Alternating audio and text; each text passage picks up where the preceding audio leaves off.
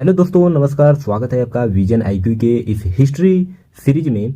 दोस्तों, previous class में हम लोग पढ़ चुके थे जो ईस्ट इंडिया कंपनी और डच ईस्ट इंडिया कंपनी हो गया, डेनिश ईस्ट इंडिया कंपनी हो गया, फ्रांसीसी हो गया। तो इन सभी को हम लोग एक चार्ट के माध्यम से देखे थे, बस ओवरव्यू देखे थे, उसको पूरा डिटेल्स में नहीं देखे थे। लेकिन आज के हम इस वीडियो में शुरुआत करने जा रहा हूँ कि जो भारत में यूरोपीय कंपनी आए थे उनका कारण क्या था, ये तो हम लोग देख चुके थे। लेकिन एक एक करके सभी को हम लोग देखेंगे डिटेल्स में, पूरी विस्तार से हम लोग पढ़ेंगे। तो आज का जो टॉपिक होने वाला है वो है पुर्तगालियों का भारत में आगमन।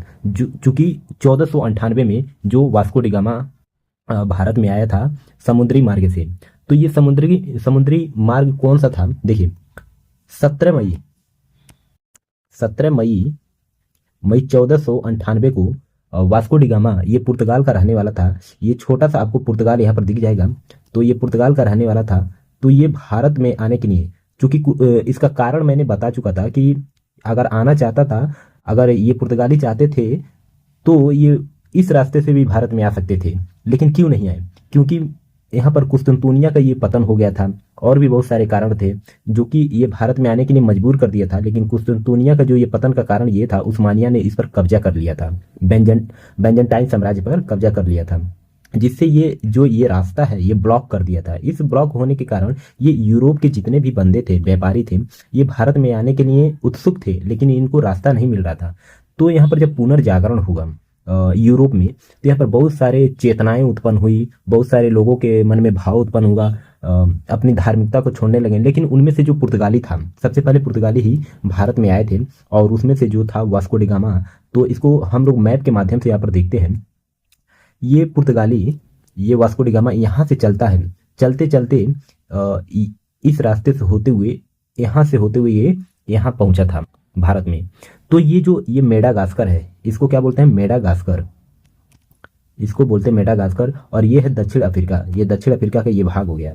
तो मेडागास्कर के जो बीच से होते हुए यहाँ पर जो गया था, ये बीच का रास्ता है, इसको केप ऑफ गुड बोलते हैं। तो केप ऑफ गुड के रूट से होते हुए ये भारत में केरल के कालीकट तट पर, ये बंदरगाह पर ये पहुंचा था वास्को डी गामा। तो देखिए, वास्को डी गामा जब भारत में पहुंचा था तो यहाँ पर एक हिंदू राजा था, हिंदू राजा जमोरिन। तो ये हिंदू राजा ही इसका जेमोरिन जेमोरिन तो ये हिंदू राजा ही वास्को डी गामा का स्वागत किया था, भव्य भव्य स्वागत किया था, भव्य स्वागत किया था वास्को डी गामा का। और वास्को डी गामा के बाद 1500 में, ये 1498 हो गया, यानी 2 साल के बाद, वास्को डी गामा के बाद 1500 में पेड्रो अल्ब्रेज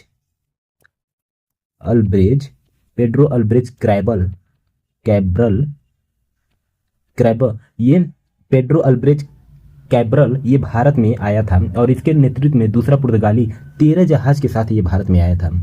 13 जहाज को लेकर ये पेड्रो अल्ब्रेज ये भारत में आया था 1500 में। ठीक है। फिर आता है कि 1502 में वास्को डी गामा पुनः भारत में आता है। दोबारा वास्को डी गामा 1502 में भारत में पुनः रिटर्न ये आता है, और अपनी जो कालीकट पर फिर से आता है। और इसके देखिए, पहली बार स्वागत कौन किया था? जेमोरिन ने किया था। दूसरी बार भी स्वागत इसका जेमोरिन ने ही किया था, क्योंकि देखिए हिंदू शासकों का एक मजबूरी हो गया था कि जो भारत में दूसरे देश से आ रहे थे उनका स्वागत करना मजबूरी हो गया था। क्यों मजबूरी हो गया था? क्योंकि यहाँ पर मुगलों का शासन चल रहा था, तो जिससे यहाँ पर सभी को ऐसे प्रॉब्लम क्रिएट हो गया था मुगलों से। तो इन सब से छुटकारा पाने के लिए वो दूसरों की राह देखते थे, जो भारत के लोग थे। इसलिए जेमोरिन ने इसका भव्य स्वागत फिर से करता है। फिर से 1503 ईस्वी में पुर्तगालियों ने भारत में अपनी पहली कोठी मतलब कंपनी, ऐसे कोठी का मतलब हो गया एक स्टोरेज होता है ना, वैसे ही वो एक कोठी कोच्चिन में स्थापित करते हैं। 1503 में पुर्तगालियों ने अपनी पहली कोठी कोच्चिन में स्थापित करते हैं। ठीक है। और इसके बाद 1505 में दूसरी कोठी, यहां पर दूसरी कोठी 1505 में दूसरी कोठी कब, कहां पर? ये कन्नूर में स्थापित यानी खोलते हैं। फिर आता कि 1524 में 1524 ईस्वी में वास्को डी गामा तीसरी बार भारत आता है। ये तीसरी बार ये भारत आता है वास्को डी गामा। तो वास्को डी गामा ये तीसरी बार भारत में आता है। और इसका जो भारत में आने के बाद इसका मतलब हेल्थ जो होता है ना, स्वास्थ्य, वो खराब हो जाता है। हेल्थ क्या हो जाता है? खराब हो जाता है। और 1524 में इसकी यहीं पर मृत्यु है, यानी भारत में ही इसकी मृत्यु हो जाती है। वास्को डी गामा की जो समाधि है वो अभी भी कोच्चिन में ही है। अभी भी कोच्चिन में क्या उसको समाधि है कोच्चिन में। ठीक है, देखिए इस प्रकार जो पुर्तगाली होते हैं उनकी कंपनी एस्तादो दो इंडिया, पुर्तगालियों की कंपनी का क्या नाम था? पुर्तगाली कंपनियों का क्या नाम था? तो पुर्तगाली कंपनियों का नाम था एस्तादो एस्तादो द इंडिया। तो इसकी कंपनियों का, पुर्तगालियों कंपनियों का नाम था एस्तादो द इंडिया। और भारत में व्यापार और उपनिवेश बनाने के लिए वायसराय और गवर्नर को ये भेजते थे। तो देखिए पुर्तगालियों ने भारत में व्यापार करने के लिए ये किसको भेजे थे? वो वायसराय हो गया, गवर्नर हो गया। तो इनको, ये वायसराय को, गवर्नर को ये अपने जैसे भारत में ये भेजते थे। क्यों भेजते थे? क्योंकि उपनिवेश को बढ़ावा देने के लिए और भारत में व्यापार को बढ़ावा देने के लिए। जिसमें से 3 गवर्नर आए थे, एक एक करके वो 3 गवर्नर आए थे। हम लोग उसको एक एक करके पढ़ेंगे। तो जिसका पहला गवर्नर आया था उसका नाम था फ्रांसिस्को डी अल्मीडा। इसका नाम था फ्रांसिस्को डी अल्मीडा। ठीक है, ये अल्मीडा भारत में प्रथम, मतलब पहला ये गवर्नर था, फर्स्ट गवर्नर था ये, जो भारत में ये आया था,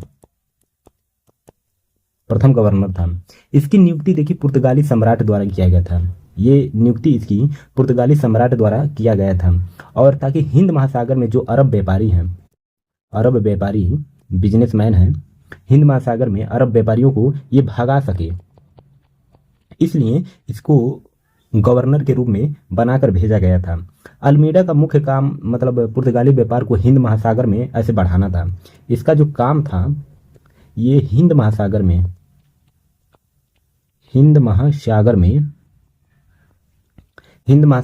इसका जो बिजनेस है, व्यापार है, उसको बस बढ़ाना होता, इसका केवल काम दिया गया था। तो देखिए इसलिए इसे हिंद महासागर को, अल्मीडा को हिंद महासागर का यानी शांत जल नीति अपनाया था। ब्लू वाटर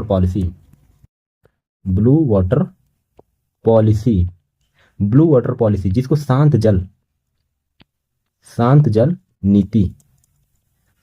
नीति ये अपनाया था, ताकि हिंद महासागर में सिर्फ और सिर्फ पुर्तगालियों का ही अधिकार हो। तो इसलिए फ्रांसिस्को डी अल्मीडा ने हिंद महासागर में ब्लू वाटर पॉलिसी अपनाया था, ताकि हिंद महासागर में सिर्फ और सिर्फ पुर्तगाली का ही अधिकार हो, कब्जा हो। ठीक है, ये शांत जल नीति क्या होता है इसको हम लोग देखते हैं। शांत जल नीति, ठीक है, देखिए इसका मतलब ये है कि हिंद महासागर से कोई भी व्यापार अगर करना चाहता है तो वो पुर्तगालियों से ही परमिशन लेना पड़ेगा। अगर कोई भी हिंद महासागर में व्यापार करना चाहता है तो वो किससे? पुर्तगाली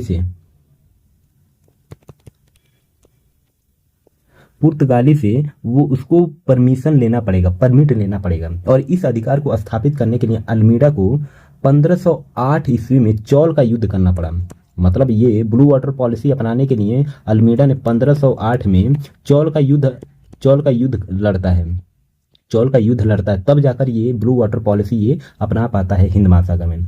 देखिए चौल का जो युद्ध हुआ था वो, इसमें मतलब कई दल शामिल हुए थे, जैसे मिस्र भी शामिल हुआ था, मिस्र हो गया, तुर्की हो गया, और गुजरात के कुछ शासक थे। तो ये तीनों लोग मिलकर अल्मीडा से युद्ध लड़ते हैं। अल्मीडा और इसके पुत्रों के बीच युद्ध होता है।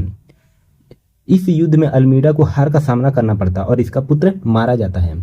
तो जो युद्ध लड़ा गया था इसमें अल्मीडा को तो हार का सामना करना ही पड़ता है, लेकिन इस युद्ध में अल्मीडा का जो पुत्र होता है वो मारा जाता है। लेकिन अल्मीडा ने 1509 में पुनः आता है इस दल से लड़ने के लिए, संयुक्त दल, इसको संयुक्त दल बोला जाता है। इस संयुक्त दल से लड़ने के लिए अल्मीडा पुनः आता है और इस युद्ध में पलटवार मतलब जबरदस्त करता है और इसकी जीत होती है। किसकी? अल्मीड़ा की जीत हो जाती है। इस जीत को दिव्य जीत बोला जाता है, दिव्य जीत कहा जाता है, बोला जाता है। इसके बाद जो सागर का स्वामी होता है, जिसको सागर का स्वामी बोलते हैं, सागर का स्वामी, वो किसको बोला जाता है? अल्मीड़ा को बोला जाता है। यानी पुर्तगालियों को सागर का स्वामी पुर्तगालियों को बोला जाता है। तो ये अपने नोट्स में जरूर लिखेगा कि सागर के स्वामी किसको बोला जाता है, तो पुर्तगालियों को बोला जाता है। तो अगला जो गवर्नर भेजा गया था वो था अल्फांसो डी अल्बुकर्क। ठीक है, अल्फांसो डी अल्बुकर्क, ये अगला गवर्नर होता है, अल्फांसो डी अल्बुकर्क। इसने देखिए अल्मीड़ा के बाद ये आता है अल्फांसो डी अल्बुकर्क। ये पुर्तगाली गवर्नर ये भी था। ये भारत में पुर्तगाली शासक शक्ति का वास्तविक संस्थापक माना जाता है। तो पुर्तगाली शासक का वास्तविक संस्थापक इसी को माना जाता है। किसको माना जाता है? अल्फांसो डी अल्बुकर्क को माना जाता है। इसने कोच्चिन को मुख्यालय बनाया। किसको? कोच्चिन को मुख्यालय बनाया, कोच्चिन को अपना मुख्यालय बनाता है। देखिए इसने 1510 ईस्वी में बहमनी साम्राज्य, जो बहमनी साम्राज्य था, बहमनी साम्राज्य यानी बहमनी साम्राज्य, बीजापुर के जो यूसुफ आदिल शाह शासक जो था, इससे क्या करता है? गोवा को छीन लेता है। तो ये जो अल्फांसो डी अल्बुकर्क था, ये 1510 में बहमनी साम्राज्य, जो बीजापुर के शासक कौन था? यूसुफ आदिल शाह, इससे गोवा को छीन लेता है। तो गोवा किसके पास चला जाता है? अल्फांसो डी अल्बुकर्क का। तो गोवा को तो ये छीन लिया। ठीक है, अब हम लोग देखते हैं कि इसके बाद 1511 ईस्वी में ये दक्षिण पूर्वी एशिया जो व्यापारिक मंडी मलक्का पर अपना नियंत्रण स्थापित कर लेता था। तो जो मलक्का है ये कौन सा था? ये साउथ ईस्ट ये एशिया का था, साउथ ईस्ट एशिया बिजनेस। तो जो व्यापारिक था मंडी मलक्का पर ये अपना नियंत्रण स्थापित कर लेता है। यानी ये मलक्का पर ये जो भी व्यापार करता था सब अल्फांसो डी अल्बुकर्क के नेतृत्व में ही व्यापार किया जाता था। इसके बाद 1515 में इसने फारस की खाड़ी के मुख्य पर जो स्थित व्यापारिक मंडी है हारमुंज को ये जीत लेता है। तो फारस की खाड़ी है उसके मुख्य द्वार, अगर फारस की खाड़ी देखेंगे तो जिस गेट से होते हुए ये भारत में व्यापार करने के लिए ये आते थे, उसी गेट पर मुख्य द्वार पर ये हारमुंज एक था। हारमुंज व्यापारिक मंडी हारमुंज था, व्यापारिक मंडी का क्या नाम था? हारमुंज। उसको ये जीत लेता है, यानी ये भी अपने अधिकार में ले लेता है। अब अल्बुकर्क ने भारत में अस्थायी आबादी बसाना चाहता था। अब इसका देखिए दिमाग क्या चल रहा है। अल्बुकर्क अब ये भारत में ये अपना मतलब पुर्तगालियों को बसाना चाहता है, मतलब आबादी अपना बढ़ाना चाहता है। सोचिए भारत में ये आया है दूसरे देश से और बढ़ाना चाहता है आबादी कहाँ पर? भारत में। इसने पुर्तगालियों को भारतीय महिलाओं से शादी करने के लिए ये प्रेरित करता है, प्रोत्साहन करता है। तो भारतीय महिलाओं से शादी करने के लिए ये प्रेरित करता है, प्रोत्साहन करता है। इसने गोवा में सती प्रथा को बैन कर दिया। तो जो गोवा में सती प्रथा था, गोवा में ये सती प्रथा को बैन कर देता है। फिर 1515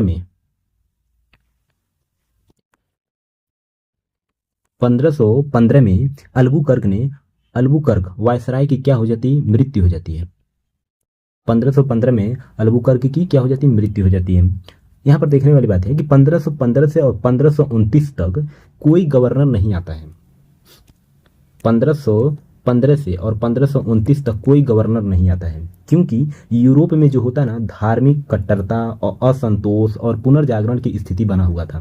तो जब आप वर्ल्ड हिस्ट्री को चेक करेंगे आप हमारे प्लेलिस्ट को, तो चूंकि अभी वो वीडियो तो अपलोड नहीं किया हूँ, उसको भी अपलोड कर दूंगा, लेकिन उसमें जाकर अगर वर्ल्ड हिस्ट्री पढ़ेंगे तो 1515 से और 1529 तक भारत में कोई पुर्तगाली ऐसे वायसराय या गवर्नर कोई भारत में नहीं आता है, क्योंकि उस समय यूरोप में वो पुनर्जागरण चल रहा था, धार्मिक कट्टरता बढ़ गया था, जिससे वो पुनर्जागरण से वो उस स्थिति को कम करना चाहते थे। तो अब आता है कि जो अगला गवर्नर आता है नीनो डी कुन्हा, इसका नाम है नीनो डी कुन्हा, ये अगला गवर्नर। ये 1529 से 1538 का इसका टाइम पीरियड होता है नीनो डी कुन्हा का। देखिए, कुन्हा ने 1530 ईस्वी में अपनी राजधानी या मतलब बोले तो कार्यालय अपनी राजधानी या कार्यालय कोचीन को बनाता है। ये सॉरी, कोचीन से ये कहाँ ले जाता है? गोवा ले जाता है। कोचीन से कहाँ ले गया? गोवा को लेकर जाता है। और इसने 1534 में जो बेसिन और 1535 में बेसिन और 1535 में ये दीव पर कब्जा कर लेता है, यानी दोनों पर ये कब्जा कर लेता है, दीव पर कब्जा कर लेता है। बेसिन के मुद्दे पर बात करें तो बेसिन के मुद्दे पर गुजरात के जो शासक था बहादुर शाह से ये इसका संघर्ष यानी युद्ध होता है। लेकिन बहादुर शाह था पुर्तगालियों से डरकर कहाँ? समुद्र में कूद जाता है। समुद्र में कूद कर क्या कर लेता? आत्महत्या कर लेता है। आत्महत्या कर लेता है। तो देखिए 1534 में ये जो बेसिन का युद्ध होता है किसमें? नीनो डी कुन्हा में। और जो गुजरात का जो शासक था बहादुर शाह, तो इससे एक संघर्ष होता है, युद्ध होता है। लेकिन बहादुर शाह डर कर ये समुद्र में कूद जाता है, समुद्र में कूद कर अपनी आत्महत्या कर लेता है। तो ये तो हम लोग देख लिए कि पुर्तगालियों का ये जो गवर्नर भेजा जा रहा था, 3 गवर्नर उसमें से मुख्य गवर्नर आए थे और लास्ट में नीनो डी कुन्हा था। अब आगे हम लोग देखेंगे कि पुर्तगालियों की नीति क्या थी, इसका मतलब पॉलिसी क्या थी पुर्तगालियों की। तो देखिए, पुर्तगालियों की अलग अलग 3 पॉलिसी थी। एक था ब्लू वाटर पॉलिसी, जिसको हम लोग देखे थे। कौन अपनाया था ब्लू वाटर पॉलिसी को? फ्रांसिस्को डी अल्मीडा, ठीक है, ब्लू वाटर पॉलिसी। और एक है कार्टेज, जिसको परमिट बोलते हैं, और एक है अरमेडा व्यवस्था, ठीक है, अरमेडा व्यवस्था।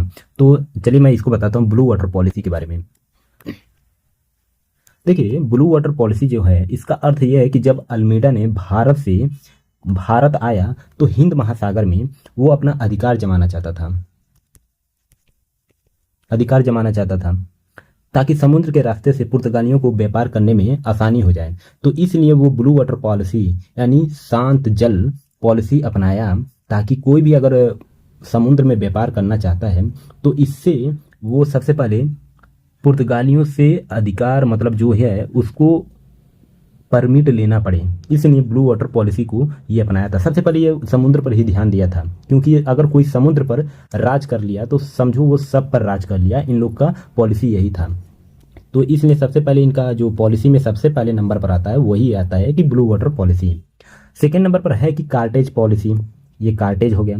तो कार्टेज क्या है? देखिए, विदेशी और स्वदेशी व्यापारियों को समुद्र क्षेत्र में व्यापार करने के लिए गोवा कार्यालय से परमिट लेना यानी कार्टेज लेना पड़ता था। देखिए, चाहे भारत के व्यापारी हो चाहे विदेश के व्यापारी हो, अगर उनको व्यापार करना है, समुद्र में जाकर व्यापार करना है, समुद्र से होकर दूसरे देश में व्यापार करना है, तो उनसे परमिट लेना पड़ता था। किससे? पुर्तगालियों से परमिट लेना पड़ता था। और वो परमिट कहाँ पर मिलता था? गोवा में, ठीक है। अब अगला जो इनका पॉलिसी है अरमेडा व्यवस्था ये है क्या? जब पुर्तगालियों ने विदेशी व्यापारियों को लाइसेंस देना शुरू कर दिए थे, तो उनके पास एक अपना जहाजी बेड़ा रखते थे। ये पुर्तगाली अपनी जहाजी बेड़ा रखते थे। और उस बेड़ा का जो सेनापति होता था वो इन्हीं का होता था, जिसे अरमेडा कहते थे। देखिए, पुर्तगाली कितना होशियार थे कि ये जब लाइसेंस तो देते थे, तो जिस जहाज का ये लाइसेंस देते थे उस जहाज पर जो सेनापति होता था वो पुर्तगालियों का ही सेनापति होता था। तो इसलिए उस व्यवस्था को अरमेडा व्यवस्था कहते हैं, ठीक है, अरमेडा व्यवस्था कहते हैं। आई थिंक यहाँ तक समझ गए होंगे। अब आगे हम लोग देखेंगे कि पुर्तगाली और मुगल शासकों के बीच संबंध कैसा रहता है। पुर्तगालियों और मुगल शासकों के बीच संबंध कैसा? देखिए, 1572 ईस्वी में अकबर ने गुजरात के कैम्बे का दौरा करता है। कौन? अकबर। अकबर ये गुजरात के कैम्बे कैम्बे क्षेत्र पर का दौरा करता है। और इसी समय अकबर जो होता है पहली बार समुद्र देखा था। तो अकबर ने पहली बार समुद्र कहाँ देखा था? ये 1572 में कैम्बे के दौरा करते समय ये पहली बार समुद्र देखा था। और इसका मुलाकात किससे हुआ था? पुर्तगाली से हुआ था। पुर्तगालियों से इसका मुलाकात हुआ था। हिंद महासागर में हिंद महासागर में अकबर को भी समुद्री क्षेत्र में व्यापार करने के लिए, देखिए पुर्तगाली कितना होशियार थे। हिंद महासागर में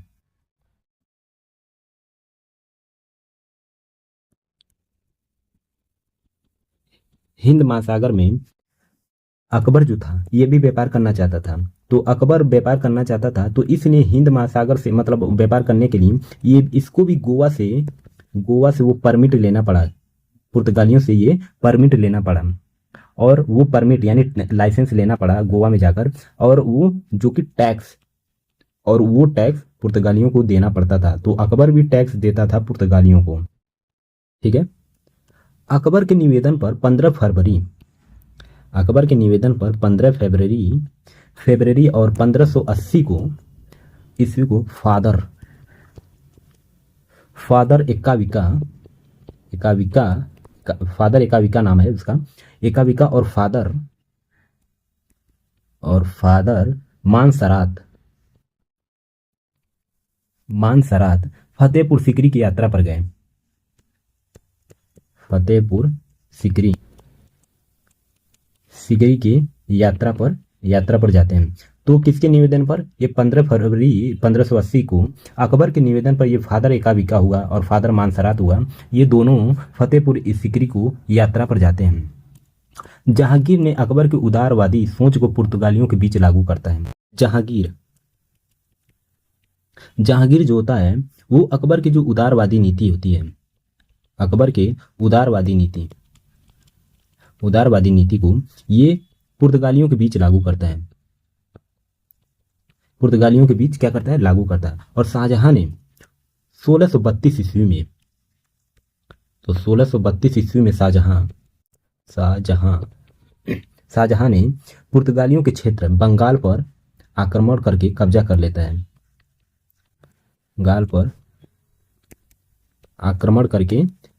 लेता है। तो जो पुर्तगालियों का जो क्षेत्र था बंगाल, जो कि बंगाल के कौन सी जगह? हुगली में। तो उस पर शाहजहां ने हुगली पर आक्रमण करके उस जगह को क्षेत्र को अपने कब्जे में ले लेता है। ठीक है। ये तो हो गया पुर्तगाली और मुगल शासकों के बीच का संबंध। अब हम लोग देखेंगे कि पुर्तगालियों का जो पतन का कारण क्या रहता है, कि पुर्तगालियों का पतन हो जाता है। तो पतन का हम लोग पढ़ते हैं। तो पहला नंबर पर है कि पुर्तगालियों के लूटपाट हो गया। अपहरण, ये अपहरण की नीति अपनाते थे। जैसे लूटपाट हो गया, समुद्र से अगर कोई व्यापारी आता है, चाहे विदेश का हो चाहे स्वदेश का हो, भारत का ही हो, उस व्यापारियों से लूटपाट करते थे, उनकी अपहरण करते थे। तो वो अड्डा बना लिए थे, लूटपाट का अड्डा बना लेते हैं, जिसके मतलब शाहजहां ने वो आक्रमण करके कब्जा कर लिया था। तो इनका पतन का कारण पहला तो ये हो गया। सेकेंड नंबर पर आता है कि पुर्तगालियों में वो धार्मिक जो सहिष्णुता है वो नहीं थी।